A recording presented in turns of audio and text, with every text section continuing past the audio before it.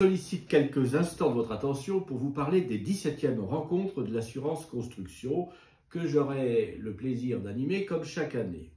Elles vont se tenir sous l'égide de Pont Formation le 21 novembre prochain dans le Grand Amphi de la Sorbonne.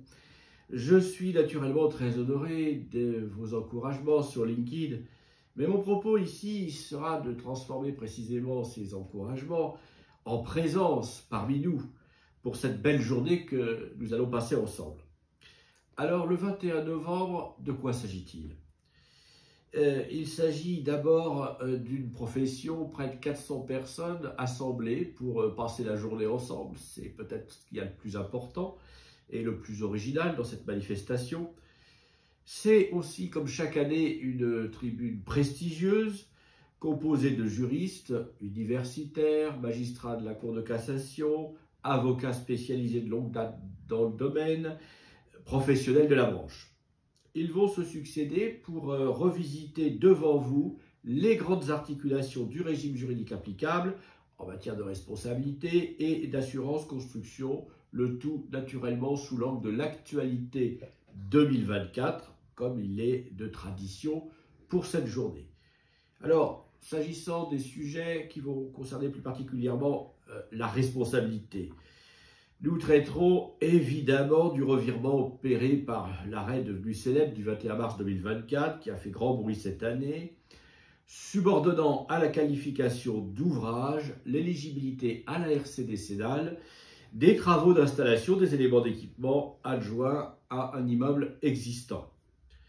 Cela nous fournira l'occasion d'évoquer toute l'ambiguïté de la qualification juridique d'ouvrage et de manière symétrique aussi d'éléments d'équipement, de notions clés en matière de responsabilité des constructeurs qui malheureusement ne sont pas encore stabilisées, notamment en matière de photovoltaïque où là elles s'entremêlent carrément.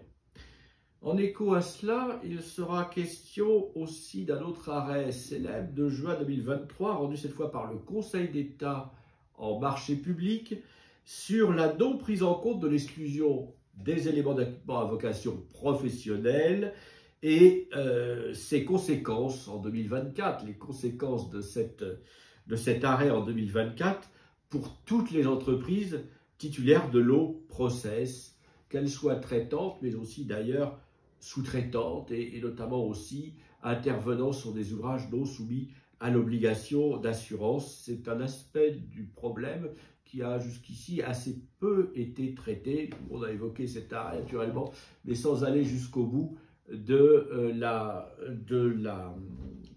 raisonnement. Nous évoquerons aussi les éléments constitutifs de la RC décennale. L'atteinte à la solidité, avec une question, se confond-elle toujours avec l'obligation de démolir ? C'est un arrêt du 6 juillet 2024 qui amène cette question. Autre question attendue quand on parle des éléments constitutifs, la destination de l'ouvrage, et ce sera l'occasion de faire une étude, d'étudier cette notion sur 45 ans de jurisprudence.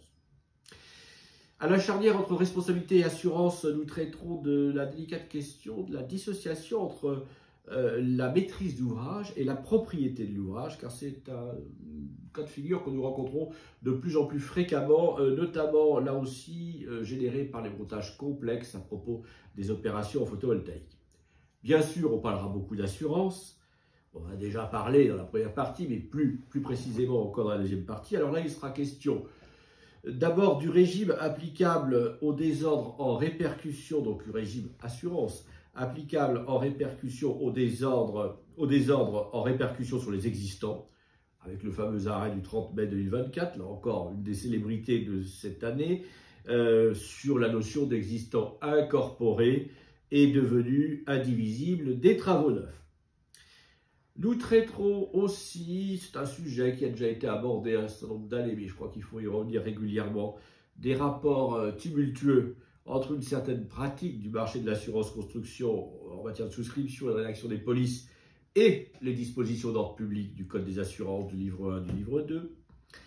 La faute intentionnelle ou dolosive, sujet fil rouge s'il en est, sera aussi à l'ordre du jour, l'éternelle recherche d'une définition de la faute dolosive en droit des assurances à la lumière de nombreux arrêts qui ont été rendus d'ailleurs en 2024 sur l'interprétation de cette notion à la suite de l'arrêt de principe du 30 mars 2023.